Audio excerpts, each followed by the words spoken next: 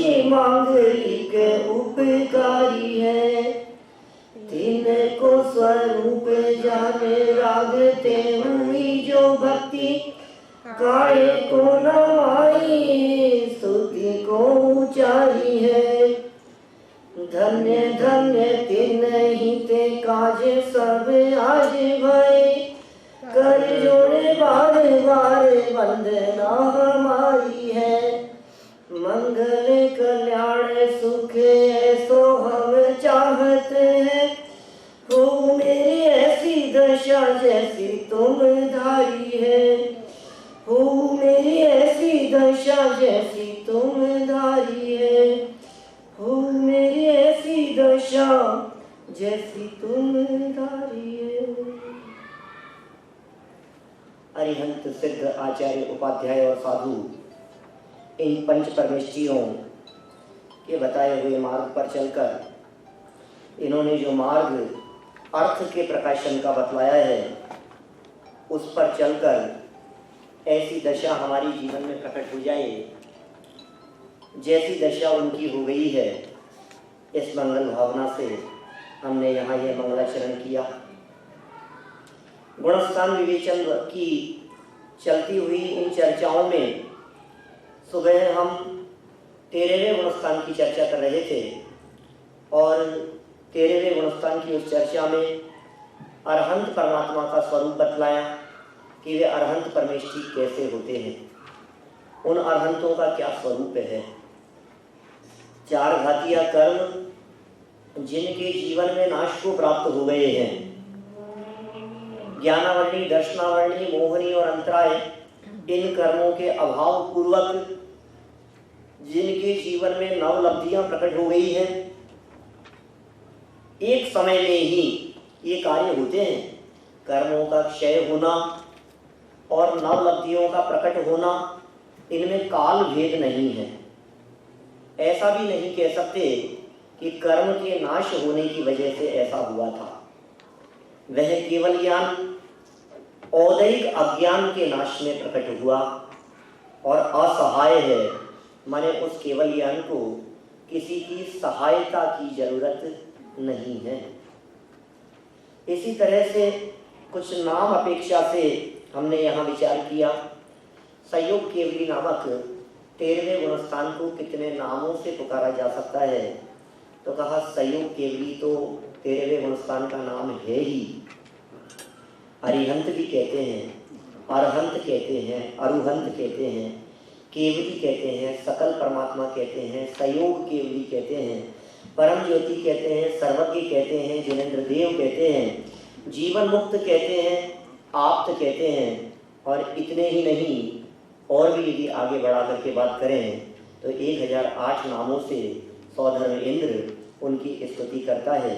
वे सभी नाम सार्थक हैं, माने प्रत्येक नाम का अपना एक मीनिंग है। वैसी विशेषताएं, वैसी योग्यताएं, वैसी सामर्थ्य, वैसी क्वालिटी तो उन भगवान में पाई जाती है। कहने के लिए नहीं है ये गुण, हकीकत में हैं। ये नाम भी वास्तविकता को इंडिकेट करते हैं।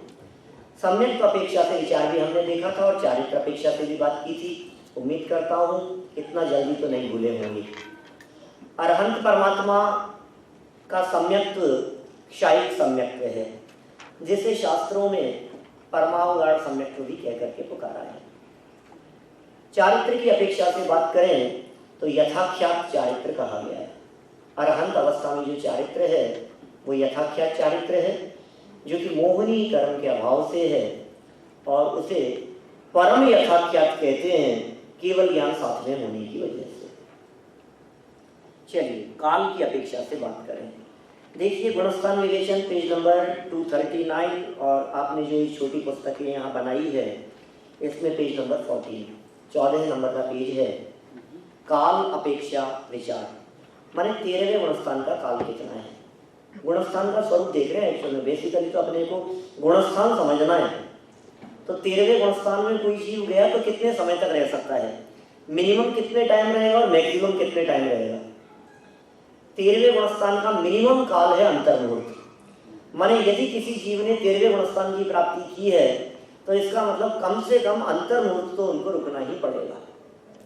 और वो कितना बड़ा अंतर्मुहूर्त है, तो शास्त्रों में कहा यथा योग्य अंतर्मुहूर्त, बस है 10-5-15 मिनट हो सकता है, जितना भी हो उसे यथा योग्य समझना चाहिए, अंतर्मुहूर्त काल है।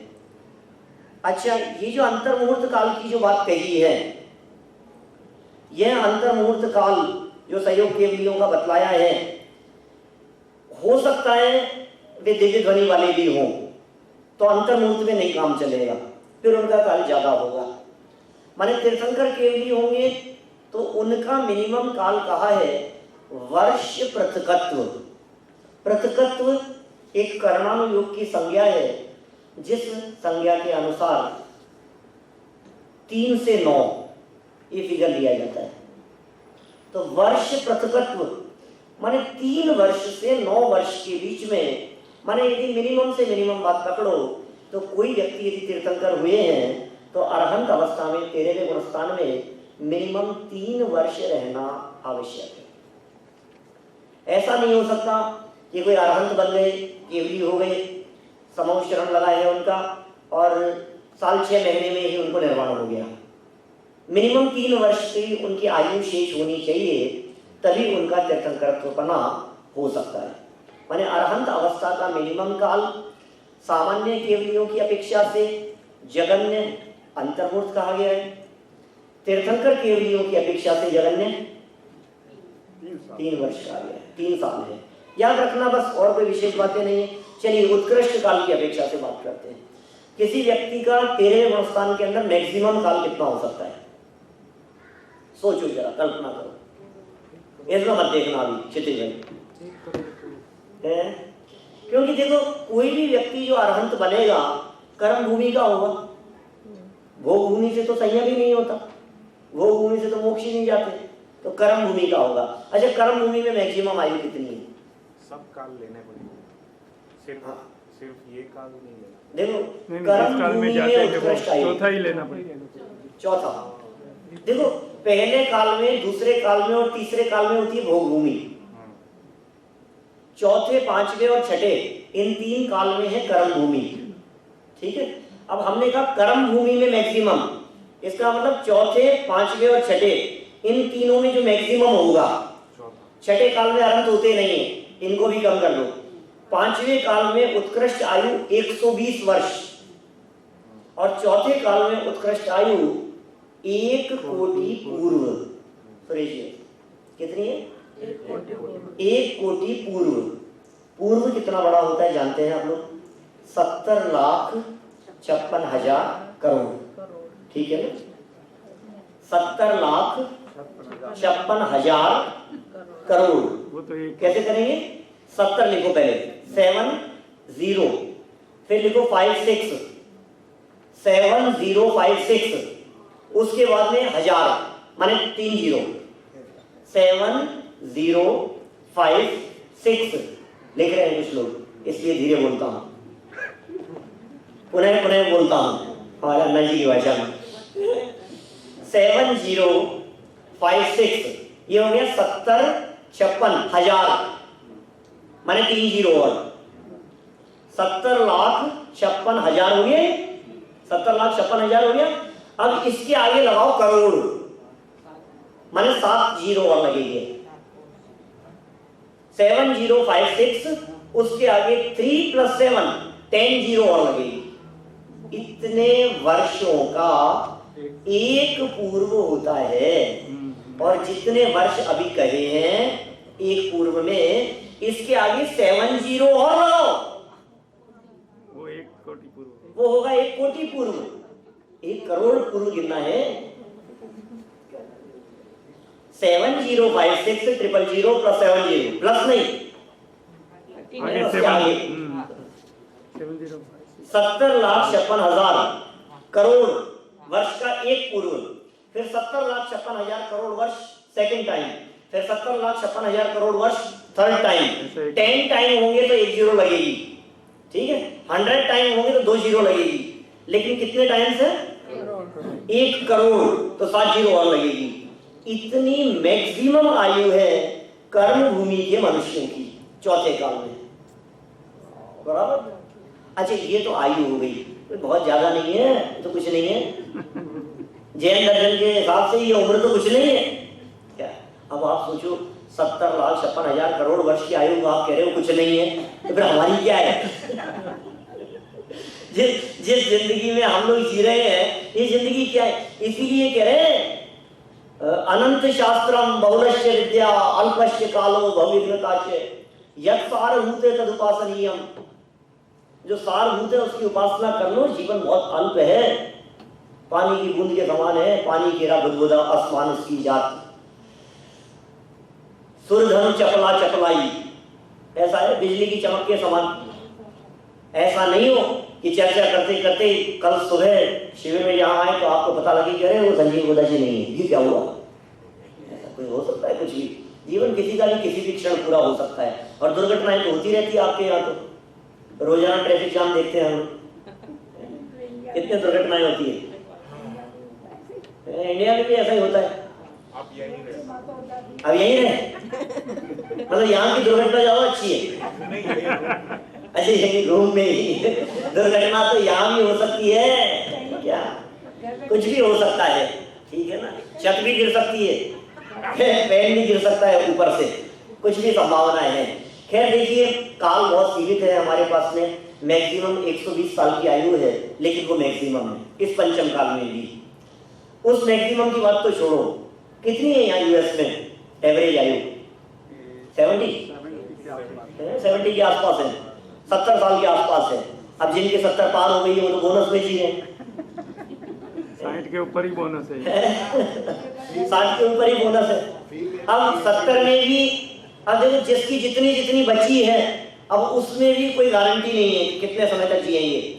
फिर चलो बात करो कि नहीं उस एज तक रहेंगे, है ना, तो भी कितना काल तो सोने में जाएगा, कितना काल खाने में जाएगा, कितना काम नहाने धोने में जाएगा, कितना टाइम हमारा इधर उधर चला जाएगा, सफर करने के अंदर चला जाएगा, वहां से यहाँ आने में, यहाँ से वहां भागने में कितना सा टाइम मिलता है जिससे हम स्वाध्याय कर पाते हैं। बहुत अल्प काल है। अरहंत परमात्मा की एज के बारे में सोच रहे थे हम। 13वां गुणस्थान मैक्सिमम कितना हो सकता है? 1 कोटि पूर्व की आयु, लेकिन जन्म से तो अनंत नहीं हो गए। जन्म से तो कोई भी अनंत नहीं हो सकता। इसका मतलब जन्म होने के बाद गर्भ काल सहित 8 वर्ष की उम्र में दीक्षा ले सकते हैं। मिनिमम है ये स्थिति। गर्भ काल के साथ में 8 वर्ष की आयु हो तो दीक्षा लेंगे। तो दीक्षा लेते ही भी भगवान नहीं बन जाएंगे क्या? गर्भ काल सहित 8 वर्ष प्लस 8 अंतर मुहूर्त, माने गर्भ सहित 8 वर्ष की उम्र के बाद में हुआ चौथा गुणस्थान, फिर 5वां गुणस्थान, एक एक अंतर मुहूर्त तो लगाओ। चौथा गुणस्थान, 5वां गुणस्थान, फिर 6ठा 7वां गुणस्थान, फिर 8वां गुणस्थान, फिर 9वां गुणस्थान, फिर 10वां गुणस्थान, फिर 12वां गुणस्थान। 7 अंतर मुहूर्त हो गए। तो एक ही अंतर मुहूर्त में हो जाएगा। हाँ, ये सब टोटल मिलाकर के भी एक ही हो जाएंगे। ये टोटल मिलाकर के भी एक अंतर मुहूर्त में काल निकल जाता है, लेकिन फिर भी अलग अलग गिन लिया अपन ने। 7 अंतर मुहूर्त हो गए। 1 कोटि पूर्व में से 8 वर्ष और 7 अंतर मुहूर्त कम करने पर अरहंत दशा प्रकट हुई। ठीक है। अब इतनी लंबी आयु है 1 कोटि पूर्व की, तो इतने लंबे समय तक अनंत बने रहेंगे। लेकिन आयु पूरी होने के अंतर मुहूर्त पहले 13वां गुणस्थान छूट के 14वां भी आएगा, क्योंकि एक अंतर मुहूर्त काल 14वें गुणस्थान का भी है ना। तो 7 अंतर मुहूर्त तो पहले और एक अंतर मुहूर्त 14वें गुणस्थान का। ऐसे 8 अंतर मुहूर्त प्लस 8 वर्ष या 8 वर्ष प्लस 8 अंतर मुहूर्त काल 1 कोटि पूर्व में से कम करो, इतना 13वें गुणस्थान का उत्कृष्ट काल हो सकता है। क्लियर है? कठिन तो नहीं? ये भगवान श्रीमंदर हाँ उस कैटेगरी में नहीं। हाँ, मतलब ये मैक्सिमम वाली नहीं है। आयु तो 1 कोटि पूर्व की है, लेकिन 8 वर्ष की उम्र में उन्होंने दीक्षा ली थी, ऐसा नहीं। श्रीमंदर भगवान की बात कर रहे हैं। तो 19वें जब तीर्थंकर विदेश क्षेत्र के जितने भी तीर्थंकर होते हैं, उन सब की आयु 1 कोटि पूर्व की ही होती है, विदेश क्षेत्र वालों की। लेकिन डिपेंड करता है अरहंत अवस्था कौन सी एज में हुई थी। अपने को तो मैक्सिमम निकालना है ना। अभी तो हमने ये निकाला 8 वर्ष की उम्र में अनंत हो गए और मैक्सिमम आयु है, तो फिर वो टाइम पीरियड निकलेगा मैक्सिमम वाला। चलिए, उत्कृष्ट काल हो गया। मध्यम काल कितना है? अनंत अवस्था का मध्यम काल, बाकी सब मध्यम ही तो है। बीच वाले अनंत अवस्था अंतर्मूर्त के लिए जगन्य, उत्कृष्ट के लिए अपन ने कोटि पूर्व 8 वर्ष 8 अंतर्मूर्त कम, और बाकी बीच का जितना भी काल है 2 साल 5 साल 10 साल 15 साल 25 साल जितना भी हो, सब मध्यम काल है उनका। गमनागमन अपेक्षा से 13वें गुणस्थान से गमन कहाँ होगा? 14वें में ही होगा, नियम है। आगमन कहाँ से हुआ था 13वें में? 12वें से ही हुआ था, ठीक है, इसमें भी कोई दिक्कत नहीं है। 13वें गुणस्थान में जो जीव हैं 12वें से आते हैं, 14वें में जाते हैं। चलिए, विशेष अपेक्षा से कुछ बातें अपन यहाँ करते हैं। पेज नंबर 15 पर देखिए, 240 गुणस्थान विवेचन 240 नंबर। यदि संयोग केवली परमात्मा को तीर्थंकर नाम कर्म का उदय हो, तो उनके जन्म के 10 अतिशय तीर्थंकर प्रकृति नाम कर्म के उदय के निमित्त से समव शरण की रचना काल में केवल ज्ञान के 10 अतिशय, देवकृत 14 अतिशय, 8 प्रातिहार्य आदि सर्व 42 अलौकिक वैभव अतिशयों का सहज संयोग होता है। क्या गजब चमत्कार है उनकी लाइफ में, जन्म से ही अतिशय दिख रहे हैं। तीर्थंकर परमात्मा की जो लाइफ है, तीर्थंकर तो होंगे 13वें गुणस्थान में, अरहंत तो बनेंगे 13वें गुणस्थान में, लेकिन अभी तो जन्म से ही चमत्कार शुरू हो गए। दूध के समान सफेद खून है, कैसा जबरदस्त चमत्कार है उनका। दूध के समान सफेद खून दिखाई दे रहा है, 1008 चिन्ह दिखाई दे रहे हैं, वज्र वृषभ नाराज सहनन है उनका। क्या क्या बातें नहीं है, सोच नहीं सकते आप देखिए, संचतुर संस्थान है, सुगंधित शरीर है, पसीना रहित शरीर है, पसीना नहीं आता उनको, मलमूत्र रहित शरीर है, जीवन भर मलमूत्र नहीं, आहार तो होता है, निहार नहीं होता है। ये सब जन्म के अतिशय हैं। केवल ज्ञान हो जाने पर 10 अतिशय, देवों द्वारा किए जाने वाले 10 अतिशय, 225 वर्ण कमलों की रचना, अष्ट प्रातिहार्य, ये सब चमत्कार ही तो है। आहार तो होता है अनंत परमात्मा के तो नौकर्म आहार होता है। अभी करेंगे, कल आहार तो होता ही नहीं है। और अभी जो हमने कहा वो तो बाल तीर्थंकर की चर्चा चल रही थी, जन्म के अतिशयों की बात चल रही थी। तो जन्म के अतिशयों में जन्म से आहार तो होता है, लेकिन निहार नहीं होता जन्म से, और केवल ज्ञान हो जाने पर तो वो आहार भी नहीं होता हम जैसा। तो कौन सा आहार है अनंत अवस्था में? 9 कर्म आहार। आहार 6 प्रकार का होता है, जानते हैं आप लोग? 6 प्रकार का आहार नहीं जानते? अरे वो तो खाद्य स्वाद्य ले पे सुना है आपने, है ना? अपने आहार की सोच रहे हैं आप। हम तो चतुर्गति के सर्व जीवों के आहार की बात कर रहे हैं, आपको अपना ही आहार दिख रहा है।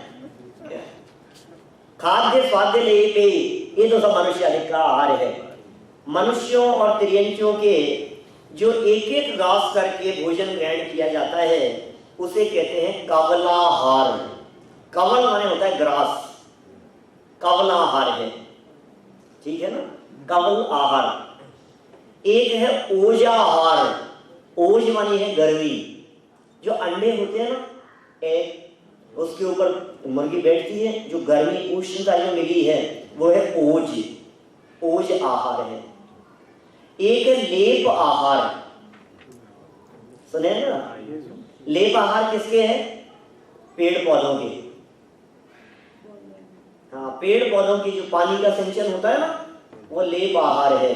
एक है कर्म आहार, ये कर्म आहार होता है नारकियों के, कर्म वर्गणाओं का ग्रहण, ये उनका आहार है। एक है नौकर्म आहार, नौकर्म आहार होता है अरहंतों के, जो सहज वातावरण से चारों ओर से पुद्गल परमाणुओं का ग्रहण करते हैं, ये नौकर्म आहार। और एक 6ठे नंबर का आहार है, वो है मनसाहार। मनस वो होता है देवों के, देवों की है मनस आहार। बस विकल्प आया और कंठ से अमृत झर गया, आहार हो गया। विकल्प मात्र ही आहार है, ऐसा मन में विकल्प मात्र ही, वो मनस आहार कहलाता है।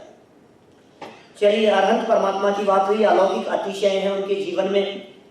5000 धनुष ऊपर होते हैं, अधर गमन करते हैं, कमल से ऊपर होते हैं, नेत्रों की पलकें नहीं झपकती है, नख और केश नहीं बढ़ते हैं, शरीर की परछाई नहीं पड़ रही है, चारों तरफ मुख दिखाई दे रहा है, निष्कंटक भूमि है, और ऐसे अनगिनती अतिशय हैं।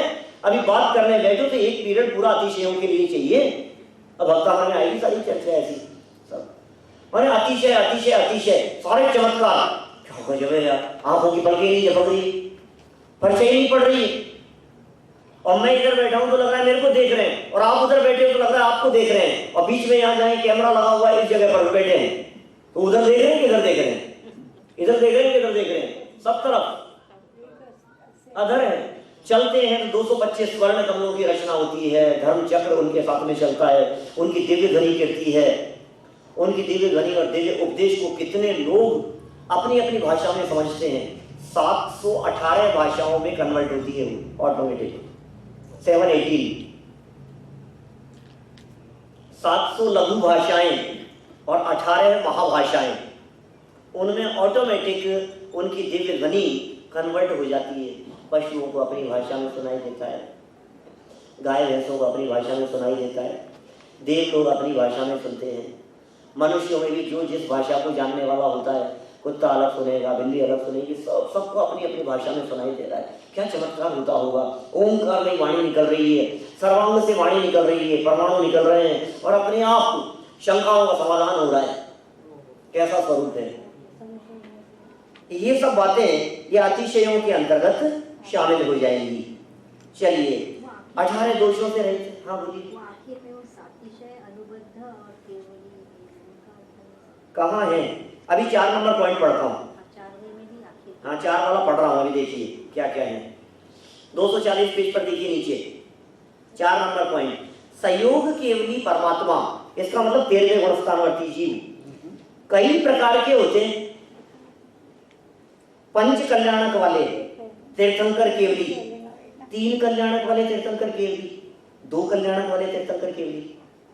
जानते हैं ना आप सभी, हमारे यहाँ भरत क्षेत्र में और ऐरावत क्षेत्र में जितने भी तीर्थंकर होते हैं सब पंच कल्याणक वाले होते हैं। गर्भ, जन्म, तप, ज्ञान और निर्वाण, ये 5 कल्याणक होते हैं उनके। लेकिन विदेश क्षेत्र में पंच कल्याणक वाले तीर्थंकर तो हो ही सकते हैं, होते ही हैं। कुछ तीर्थंकर ऐसे होते हैं जो 2 कल्याणक वाले होते हैं और कुछ 3 कल्याणक वाले भी होते हैं। ये सब 4 कल्याणक वाले नहीं होते। क्षितिज भाई, 4 कल्याणक वाले नहीं होते कोई तीर्थंकर, नहीं हो सकते, पॉसिबल नहीं। इसलिए नहीं है कि पिछले जन्म में यदि कोई तीर्थंकर कर्म प्रकृति बांध के लाया था तब तो उसका गर्भ कल्याणक भी बनेगा, फिर जन्म होगा तो जन्म भी बनेगा, दीक्षा होगी तो दीक्षा कल्याणक बनेगा, केवल ज्ञान होगा, मोक्ष होगा, 5 कल्याणक बनाए जाएंगे उसके। अच्छा, पिछले जन्म में यदि तीर्थंकर प्रकृति नहीं बांधी हो और यहाँ आके गर्भ में आ गया तो गर्भ कल्याणक तो नहीं बना उसका। अच्छा, गर्भ में यदि तीर्थंकर प्रकृति बांध लेंगे, जो कि पॉसिबल नहीं, ठीक है, तो गर्भ में तीर्थंकर प्रकृति नहीं बंधेगी तो जन्म कल्याणक भी नहीं बनाया जा सकता। 2 नहीं हुए। अब जन्म होने के बाद यदि तीर्थंकर प्रकृति बंध गई है, गृहस्थ दशा में ऐसा कर्म बंधा है, तो उनके दीक्षा कल्याणक बनाया जाएगा, केवल ज्ञान कल्याणक और मोक्ष कल्याणक, 3 कल्याणक होगी। और कोई जीव ऐसे भी हो सकते हैं जिनको दीक्षा लेने के बाद तीर्थंकर प्रकृति का बंध हुआ, तो 2 ही कल्याणक उनकी लाइफ में होंगे, एक केवल ज्ञान कल्याणक और एक मोक्ष कल्याणक। तो ऐसे भी बहुत सारे जीव वहां विदेश क्षेत्रों में होते हैं, 3 कल्याणक वाले, 2 कल्याणक वाले और 5 कल्याणक वाले। चलिए आगे बढ़ते हैं अपन। मूक केवली। मूक केवली कौन होते हैं? मूक माने होता है मौन, जो मौन रहते हैं वे केवली कहलाते हैं। मूक केवली, केवल ज्ञान तो हो गया, उपदेश नहीं होगा उनका। इन मूक केवलियों का के लिए एक दूसरा शब्द मिलता है, वो है सामान्य केवली। टोटल 7 भेद हैं इसमें लिखा है, यद्यपि सामान्य अलग लिखा है, वो एक ही है। जो मूक केवली होते हैं वे ही सामान्य केवली भी होते हैं। इसलिए मूक केवली और सामान्य केवली एक ही बात समझना। फिर एक है अंतःकृत केवली और एक है उपसर्ग केवली। ये दोनों वे जीव हैं जिन पे उपसर्ग हो रहा है, अंतःकृत पे भी और उपसर्ग केवली पर भी। ये अंतर क्या है? देखिए, उपसर्ग होते हुए जिन जीवों को केवल ज्ञान की प्राप्ति हो गई, उपसर्ग चल रहा, मुनिराज है, ध्यान अवस्था में बैठे हुए, उपसर्ग हो रहा है, उपसर्ग होते होते होते होते उनको एकदम अंदर में लीन रहे स्वभाव के अवलंबन से और केवल ज्ञान की प्राप्ति हो गई। अब जब उपसर्ग पूर्वक केवल ज्ञान की प्राप्ति हो गई तो वे केवली कहलाएंगे, उपसर्ग केवली। नाम ध्यान आ रहा है किसी का? फेमस नाम है पार्श्वनाथ। पांडव भी कह सकते हैं, पार्श्वनाथ, पार्श्वनाथ भी कह सकते हैं। क्या पार्श्वनाथ? पार्श्वनाथ तो वो तो मुनि अवस्था में उपसर्ग, मुनि अवस्था में उपसर्ग था ना, पर उस समय केवल ज्ञान कहाँ हो गया? हो गया ना, हो गया उसी उपसर्ग के समय हुआ था। उपसर्ग होते होते केवल ज्ञान हो गया, और केवल ज्ञान हो गया तो उपसर्ग बंद हो गया। 3 पांडवों को भी तो सब जिनको उपसर्ग के काल में केवल ज्ञान की प्राप्ति हो वे सब उपसर्ग केवली कहलाते हैं। अब अंतःकृत कौन है? अंतःकृत भी वही है जिनको उपसर्ग के काल में हुआ है, लेकिन उपसर्ग इतना ज्यादा हो गया था कि वो अरहंत अवस्था में अंतर्मुहूर्त से ज्यादा रुक नहीं पाए। इतना बड़ा उपसर्ग था, शरीर खत्म हो गया था। क्या फिर से कहो? जिन जीवों के उपसर्ग के काल में बॉडी खत्म हो जाए, बचे ही नहीं, तो 13वें गुणस्थान में मतलब वो अरहंत दशा होते होते बस वो फिर 14वां गुणस्थान हुआ और मोक्ष हो गया। वो टिकेंगे नहीं अरहंत अवस्था में। वो उनकी अरहंत अवस्था अंतर्मुहूर्त मात्र की होगी, वो भी बहुत छोटा सा अंतर्मुहूर्त, सेकंड बराबर काल समझना चाहिए, बस आया है बीच में इतना सा। वे केवली है अंतःकृत केवली। जैसे गज कुमार मुनिराज थे ना, ये अंतःकृत केवली है, जिनकी खोपड़ी जल गई थी। गज कुमार मुनिराज को जानते हैं आप लोग? किसने जलाई थी? उनके ससुर जी ने। ऐसे भी होते ससुर जी। शादी नहीं हुई थी उनकी, गज कुमार बाल ब्रह्मचारी ने बताया पिछले जन्म होने वाले ससुर, होने वाले ससुर। क्या वो कारण ही यही था? क्या हुआ? गज कुमार का संबंध निश्चित हो गया, सगाई हो गई। अब सगाई हो गई और बाद में गज कुमार को वैराग्य हो गया, ये दीक्षा लेके चले गए।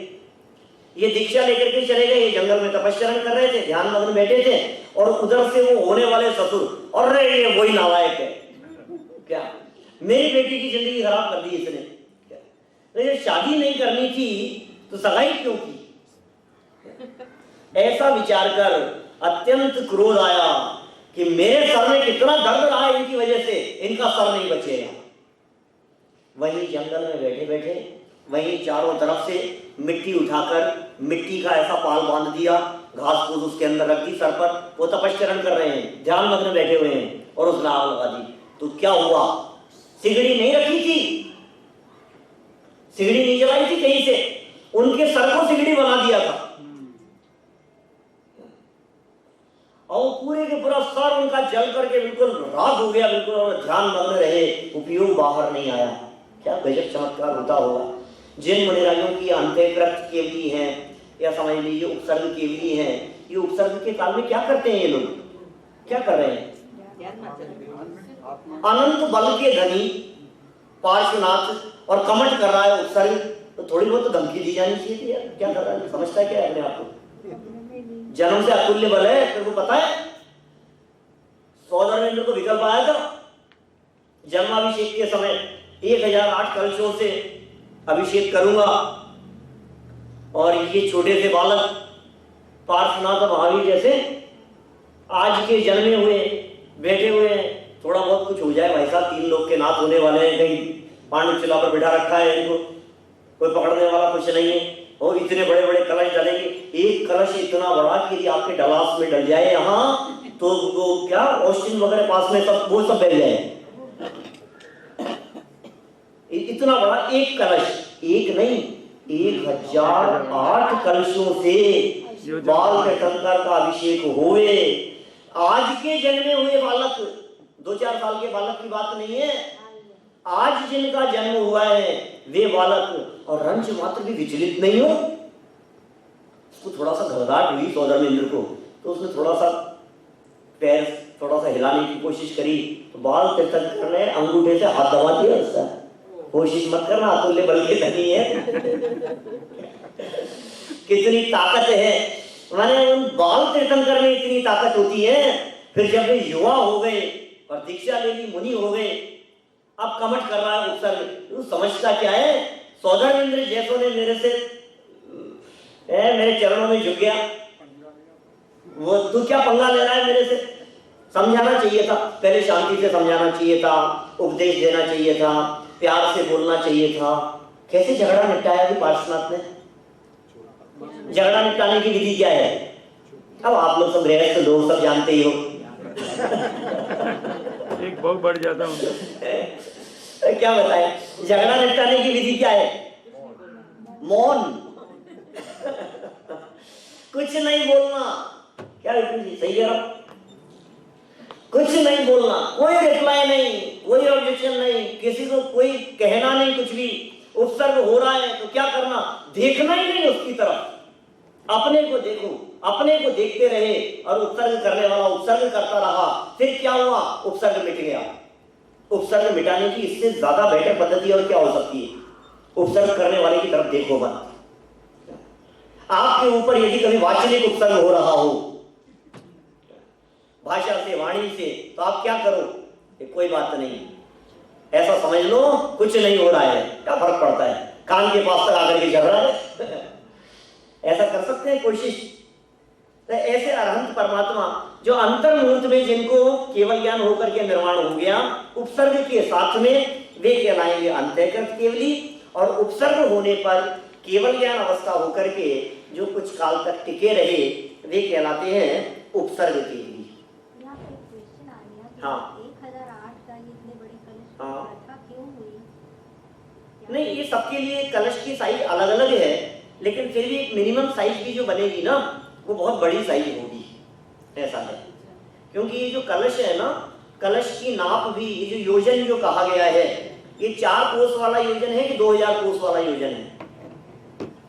ये प्रमाण योजन है कि व्यवहार योजन है? ये किससे लगेगा? ये तो ये लगेगा आत्मांगुल से, माने हर तीर्थंकर के हिसाब से अलग अलग, माने कोई ऐसा फिक्स नहीं कह सकते।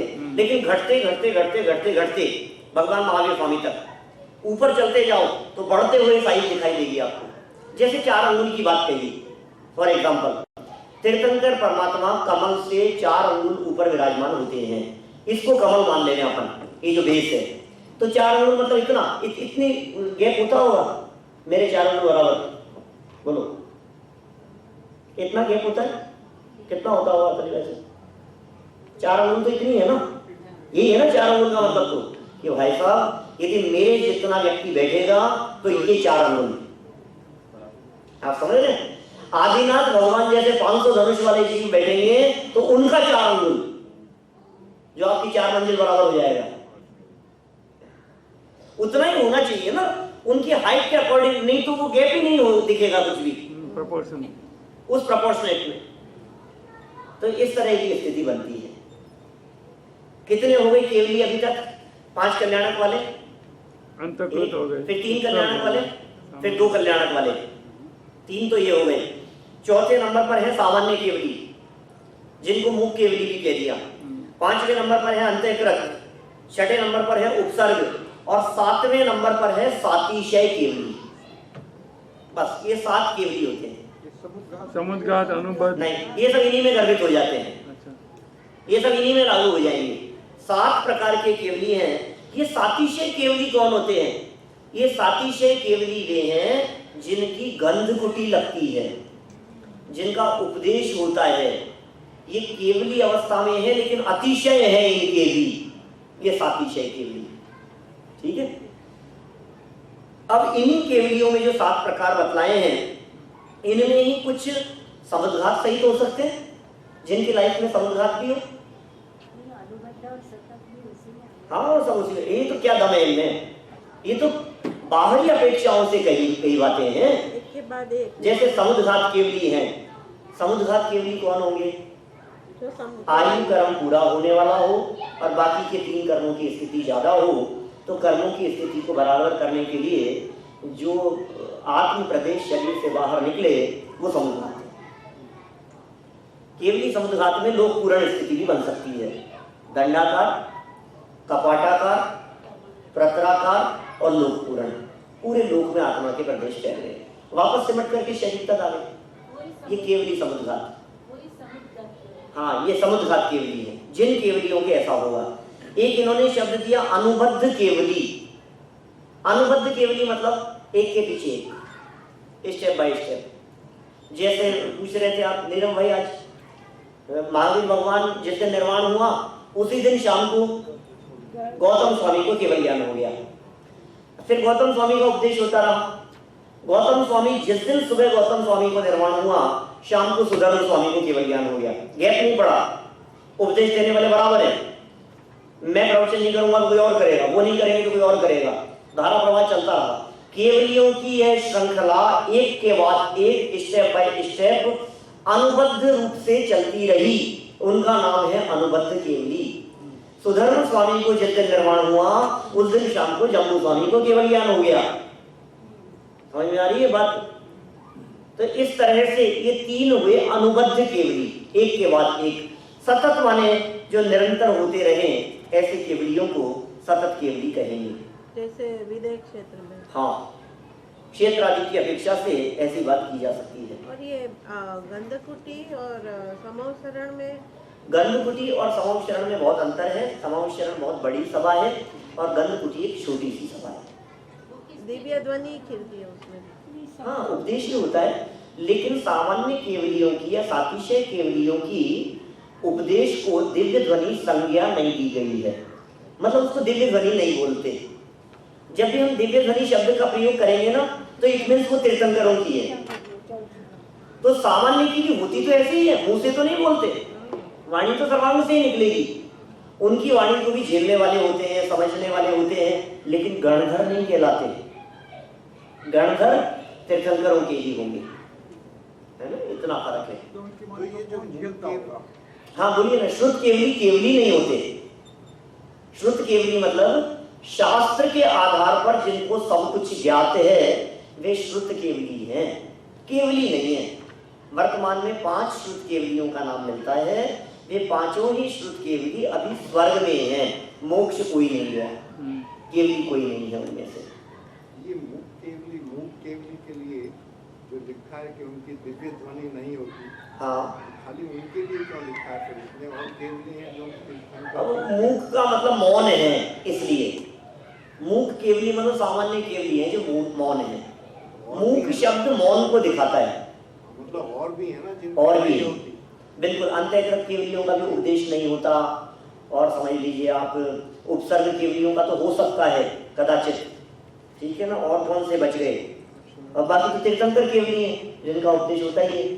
सातिशय वालों के उपदेश की बात हमने कही ही है। जिन केवलियों का, सामान्य केवलियों का उपदेश होता है, हाँ, उनकी गंधकुटी सभी की गंधकुटी होती है। हाँ, सभी की गंधकुटी होती है। गंधकुटी मतलब छोटी सभा। जैसे तो बड़ी सभा लगी हो, जैसे अभी इस समय बड़ी सभा लग रही है, ऐसे शिविरों के आयोजन पर ऐसे बड़ी सभा। और एक शिविर के पहले कल तक अपनी सभा लग रही थी, तो वो छोटी सभा थी। और छोटी सभा जैसे मॉर्निंग में लगती है अपनी, वो और छोटी सभा हुई। तो ये तो पुण्य प्रमाण के हिसाब से सभा छोटी बड़ी होती है। व्यवस्थाएं वहां भी सब इंद्रों के माध्यम से ही की जाती है। विराजमान भी कमल के ऊपर ही होते हैं। अष्ट प्रातिहार्य उनके भी होते हैं। सातिशय केवलियों के भी अष्ट प्रातिहार्य होते हैं, है ना? बाकी अतिशय नहीं होते। जन्म के अतिशय हैं, केवल ज्ञान के अतिशय हैं, देवकृत अतिशय हैं, वो अतिशय नहीं कहलाएंगे। लेकिन फिर भी अतिशय संज्ञा नहीं है उनकी, लेकिन देव लोग व्यवस्था तो करते ही हैं, चमत्कार तो होते ही हैं वहां भी। आप आ जाइए आगे पेज नंबर 242 पर।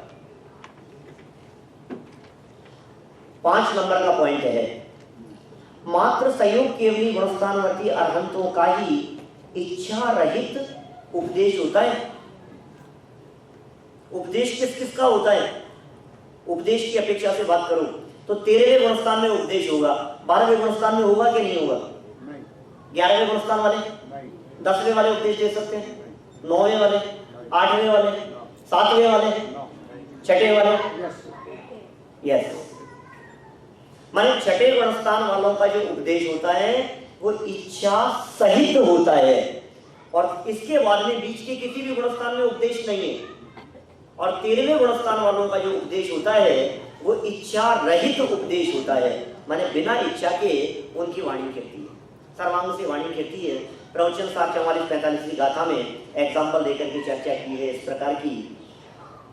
स्त्रियों में मायाचार वगैरह का भी एग्जाम्पल दिया है तीर्थंकरों के इस प्रसंग में, और एक एग्जाम्पल दिया है बादलों का गरजना, बरसना, गमन करना और स्थिर होना। जिस तरह से बिना इच्छा के होता है उसी तरह से तीर्थंकर केवलियों का उठना, बैठना, गमन करना और वाणी घेरना, तीर्थंकर परमात्मा, ये सब बिना इच्छा के होता है। साहब क्या बात कर रहे हो? समूह शरण विहार करता है, वे चलते हैं, 225 स्वर्ण कमलों की रचना होती है और आगे आगे चलते जा रहे हैं, तो बिना इच्छा के, हाँ बिना इच्छा के, और वे चलते हैं ना ऐसे ऐसे कदम पैर नहीं उठाते, ऐसे ही चलते, दोनों पैर साथ में हैं, ठीक है ना। वो सब आएगी चर्चा भक्तामृत स्तोत्र के अंदर, सब श्लोकों के अंदर चर्चा है, मैं इसलिए ज्यादा उसकी डिटेलिंग नहीं कर रहा हूं। देखिए आगे बढ़ते हैं अपन, तो ये हो गई गुणस्थानों वाली बात। 6ठे गुणस्थानवर्ती मुनिराज, पंचम गुणस्थानवर्ती व्रति श्रावक या अविरति श्रावक का उपदेश इच्छा पूर्वक होता है। अच्छा, तीर्थंकर परमात्मा की दिव्य ध्वनि कितने समय गिरती है? अरहंतों की दिव्य ध्वनि कितने टाइम गिरेगी? वैसे तो 3 साल कही है मिनिमम, नहीं अभी तो एक दिन की बात करते हैं। 6 घंटा 6 घड़ी 7 घंटा 12 मिनट 6 घड़ी 7 घंटा 12 मिनट एक दिन में 3 टाइम हो तो 24 मिनट की एक घड़ी होती है, एक घड़ी 24 मिनट की। 6 घड़ी का मतलब 144 मिनट, 24 मल्टीप्लाई बाई 6 144, इसका मतलब 2 घंटे 24 मिनट। 2 घंटे 24 मिनट का सिंगल लेक्चर होता है। सोचो आप, यहाँ तो 1 घंटे का, सवा घंटे का, कभी कभी 1.5 घंटे का लेक्चर होता है, तो सब ऐसे हो जाते हैं आपको ब्रेक चाहिए थोड़ा सा।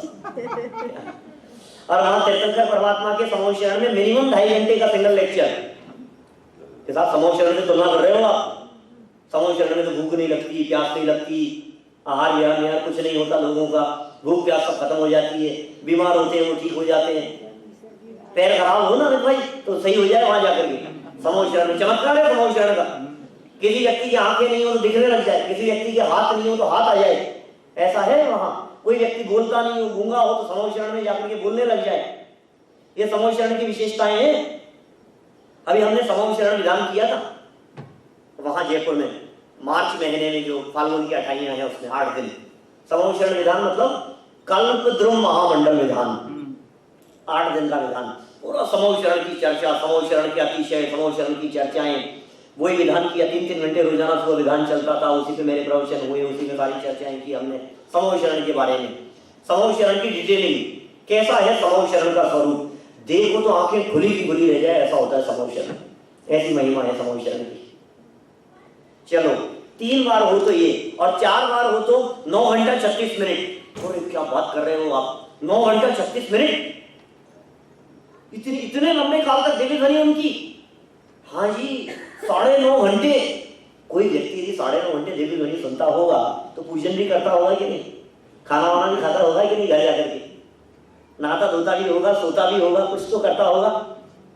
9 घंटे यदि प्रवचन सुनने का टाइम, तो पूजन करने का टाइम कितना?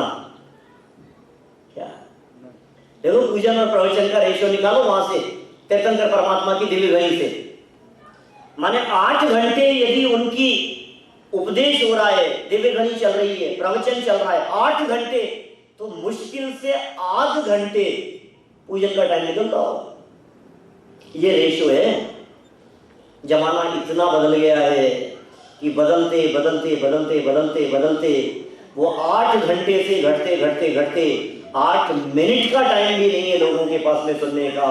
और पूजन बढ़ते बढ़ते आधे घंटे से जितनी चलाओ, पूजन के नाम पर सब इकट्ठे हैं और प्रवचन के नाम पर सब। प्रवचन में वैसा भगवान की बात सुनने को मिल रही है और पूजन में हम सुनाते हैं भगवान को। कल सुनाएंगे बैठ करके 3 घंटा। ये फर्क क्यों है? अब कल 3 घंटा भगवान को सुनाएंगे पहले तो, और उसके बाद में दिन भर में 3 घंटा भगवान की बात सुनाएंगे हम। अब प्रयोजन किससे सिद्ध होगा बताओ? तब आधे भाग जाएंगे। तब आधे भाग जाएंगे। ये 3 बार और 4 बार जो बताया है आपने, हाँ, इसके पीछे विशेष परिस्थितियों में चौथी बार भी भगवान की दिव्य ध्वनि उपदेश स्वयं होता है जैसे अपने आप, चक्रवर्ती आ जाए, है ना? जैसे चक्रवर्ती आ जाए, कोई महापुरुष आ जाए, किसी को समझ लो कोई विकल्प हो जाए ऐसे महापुरुषों को, तो सहज उनकी वाणी इस प्रकार से निकलती है। नीचे देखिए आप, इसी पेज पर खत्म करते हैं अपन ये प्रकरण।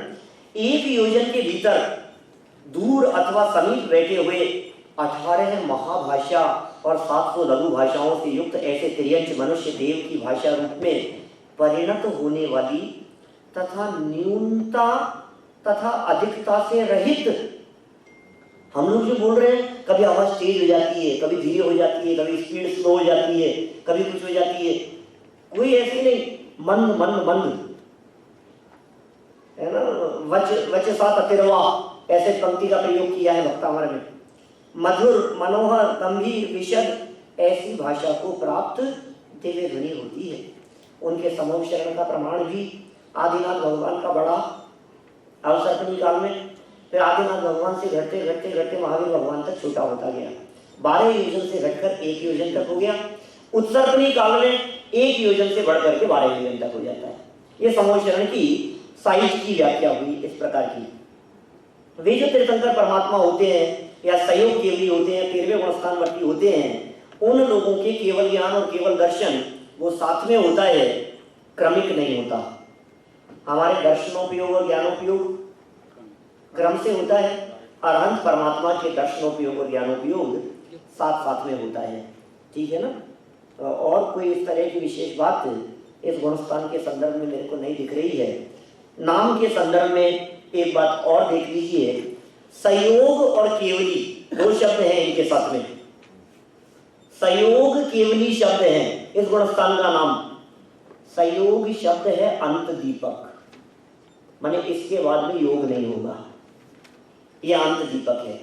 और केवली यह है आदि दीपक, माने इसके बाद में अब हमेशा केवली रहेंगे अनंत काल तक। आदि दीपक और अंत दीपक तो समझ गए ना आप लोग, है ना? तो ये इन शब्दों के अर्थ समझ लेने चाहिए। जीवन मुक्त हो गए, भव्य जीवों के भाग्य से वाणी निकलती है। अच्छा, इनके प्राण वगैरह की क्या पोजीशन है? कितने प्राण होते हैं? केवलियों के प्राण कितने होते हैं? सहयोग केवली के कितने प्राण हैं? प्राण जानते हैं क्या आप? 10 प्राण होते हैं। एक तो वो कौन एक्टर अब तब तो गया ना, डेथ हो गई ना उसकी प्राण की, हाँ उसकी बात नहीं है। तो कितने 10 प्राण हैं कुल, 5 इंद्रिय, 3 बल, आयु और श्वासोच्छ्वास। उनमें से केवलियों के कितने होते हैं? जनरल नॉलेज है थोड़ी सी। तो इन्होंने कहा 5 इंद्रियां नहीं है उनके, इंद्रियों की जरूरत भी नहीं है। आंखों से क्या प्रयोग करेंगे? आंख नाक कान से थोड़े नहीं सुनते हैं, केवल यानी हो गए हम। अच्छा, मन, बोले मन भी नहीं है, मन यानी विकल्प नहीं है उनके। तो फिर क्या है? वचन बल है, ठीक है, काय बल है, श्वासोच्छ्वास है और आयु। ये 4 प्राण अरहंत लिखे जाते हैं। द्रव्य मन भी नहीं है। द्रव्य मन है लेकिन उसे गिना नहीं है। मन बल नहीं है, मन बल नहीं है उनके। अच्छा, 13वें के अंत में और 14वें गुणस्थान के प्रथम समय में ही आत्मा के सर्व प्रदेश स्थिर हो जाते हैं। 13वें गुणस्थान के अंत में ही और 14वें गुणस्थान के पहले समय में ही आत्मा के प्रदेश स्थिर हो गए हैं और शरीर से किंचित न्यून होकर सिकुड़ गए हैं। कैसे? तो इन्होंने कहा है सूखे नारियल के समान। सूखे नारियल के समान मतलब कैसा? जैसा गीला नारियल होता है फिर सूख करके अंदर वो सिकुड़ जाता है ना, कम हो जाता है। इसी तरह से 13वें गुणस्थान के अंत में शरीर के अंदर रहते हुए आत्मा के प्रदेश सिमट जाते हैं और वे सिमट करके किंचित न्यून पुरुषाकार हो जाते हैं। फिर वो 14वें के बाद जब सिद्ध दशा की प्राप्ति होगी तो किंचित न्यून अवस्था में वे वहाँ रहेंगे। इस प्रकार हमने 13वें गुण स्थान की चर्चा की है। उसमें 63 कर्म प्रकृतियों का अभाव होता है, 85 का सद्भाव रहता है। थोड़ी बहुत ये चर्चा करते हुए कल हम 14वें गुण स्थान की चर्चा करेंगे और फिर सिद्ध भगवान की भी चर्चा करेंगे। अभी की बात को यही विराम दें।